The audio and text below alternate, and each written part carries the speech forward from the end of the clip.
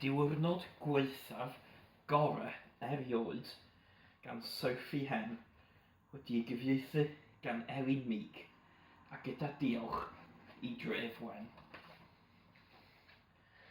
Doedd diwrnod Arthur ddim yn mynd fel roedd e wedi obeithio o gwbl. Hwn oedd y diwrnod gwaethaf erioed, a dyna ni. Na, stompiodd Arthur. Na, chwythodd Arthur. Ac yna, dyma fe'n rhywio. Aeth Arthur yn hollol siŵr na allai wneud dim byd yn iawn. Felly dyma fe'n stompio ac yn chwythu ac yn rhywio ychydig bach yn rhagor. Ond doedd dim yn tycio. Does dim amdani, meddyliodd Arthur. Bydd yn rhaid i mi rhedeg i ffwrdd. Felly aeth ati i bacio pethau hanfodol a rhai pethau ychwanegol. A rhedodd Arthur i ffwrdd.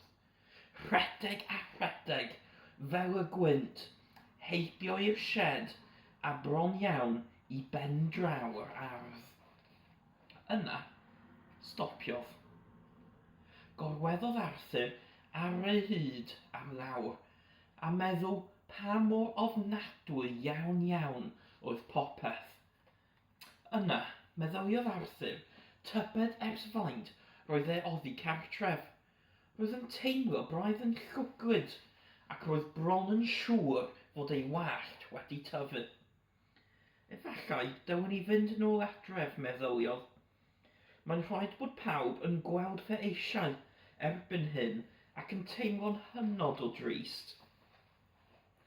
Ond pan drodd Arthur ar ei sawdl i fynd, gwelodd fod yn rhaid ei fod oddi cartref ers amser hir. Roedd coedwig fawr dywyll wedi tyfu rhyngddo a'i gartref. Wel, does dim amser i fynd o'i hamgylch hi, meddyliodd Arthur, felly mae'n well i mi fod yn ddewr a mynd drwyddi hi yn lle hynny. Roedd Arthur yn teimlo'n nerfus a braidd yn ansicr. Roedd y goedwig mor fawr ac mor dywyll, ac roedd hi'n gwneud synnau rhyfedd o'i gwmpas i gyd. Aeth y synnau'n gryfach, ac yn gryfach, ac yn gryfach, hyd nes yn sydyn reit.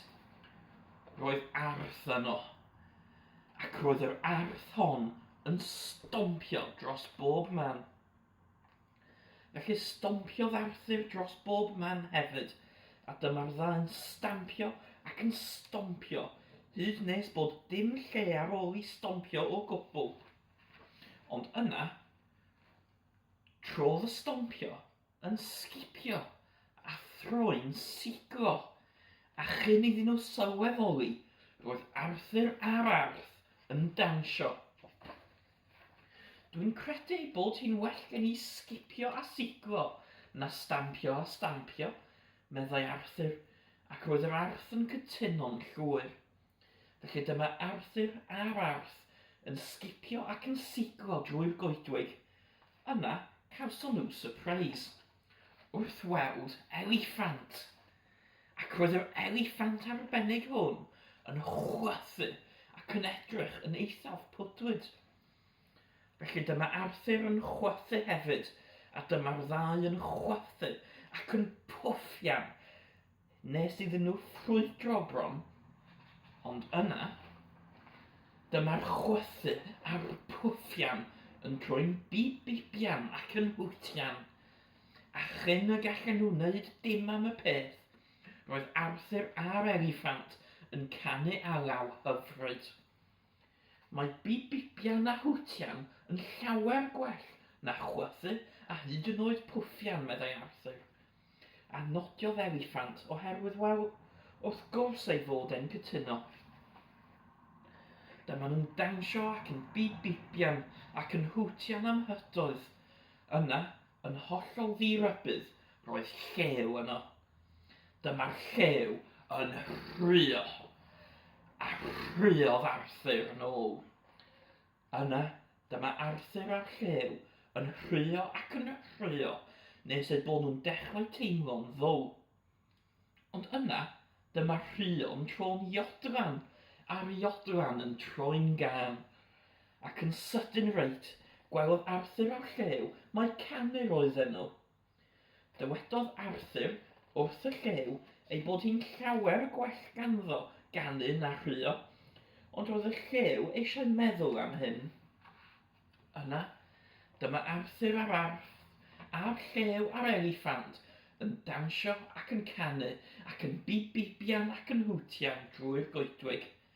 A chymbo hir iawn, anghofio nhw fod y goedwig yn fawr ac yn dywyll, gan eu bod nhw'n rhy brysur yn cael amser hyfryd a hapus. Mewn gwirionedd, roedden nhw mor brysur bu bron iddyn nhw fethu'r drws cefn. Mae'n debyg fy mod i gartref, meddai Arthur, ond efallai fy mod i'n cael gormod o hwyl gyda chi i gyd i fynd adref nawr.